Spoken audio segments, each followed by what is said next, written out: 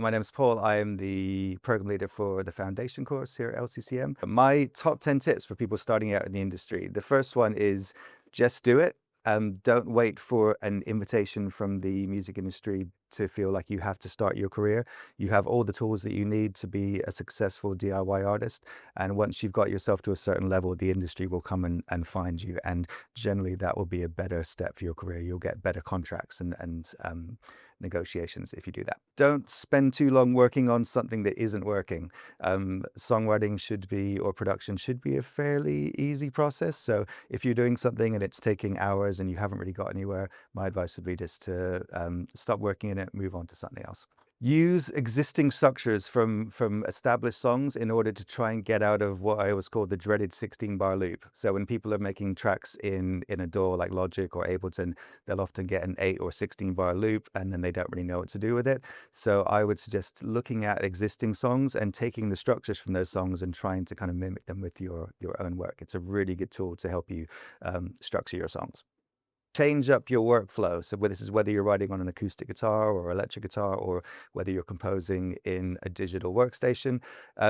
Just try and change things up, especially if you have writer's block. I once accidentally tuned my guitar a semitone flat on one of the strings and ended up writing an entire album with that tuning. So it's a really good way of kind of mixing things up and getting your creativity going again. To do more with what you have. So I think a lot of songwriters or artists feel like they have to just keep writing new material and that the next material that they write will be the thing that kind of breaks them through.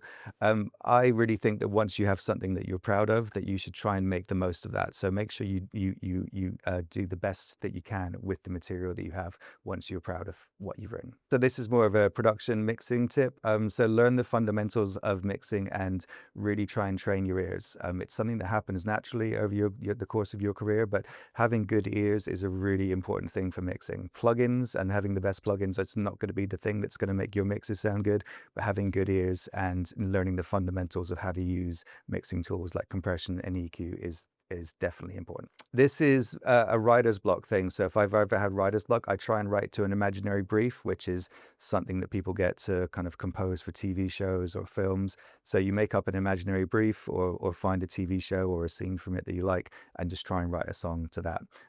I did that with a scene from the OC, which is a teen program in the 2000s, I think it came out. And that song actually ended up making me quite a bit of money on sync. So I wrote this to an imaginary scene and it worked. Always make sure that you're doing what you love. I think sometimes people will try and change their careers or change their sound to kind of follow trends and to follow what they think the industry is looking for. But if you do what you love and you're passionate about it, then these things come through and eventually there will be people that will kind of get what you're doing and it will pay off. So do what you love. Don't try and just kind of second guess the industry.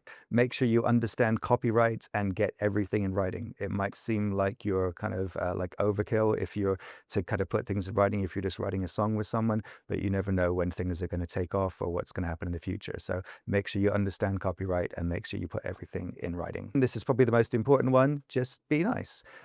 People work with people in the industry that they know and that they trust. You can sort of, talent is almost not as important as just being able to get on with people. So make sure that you're always nice and easy to work with.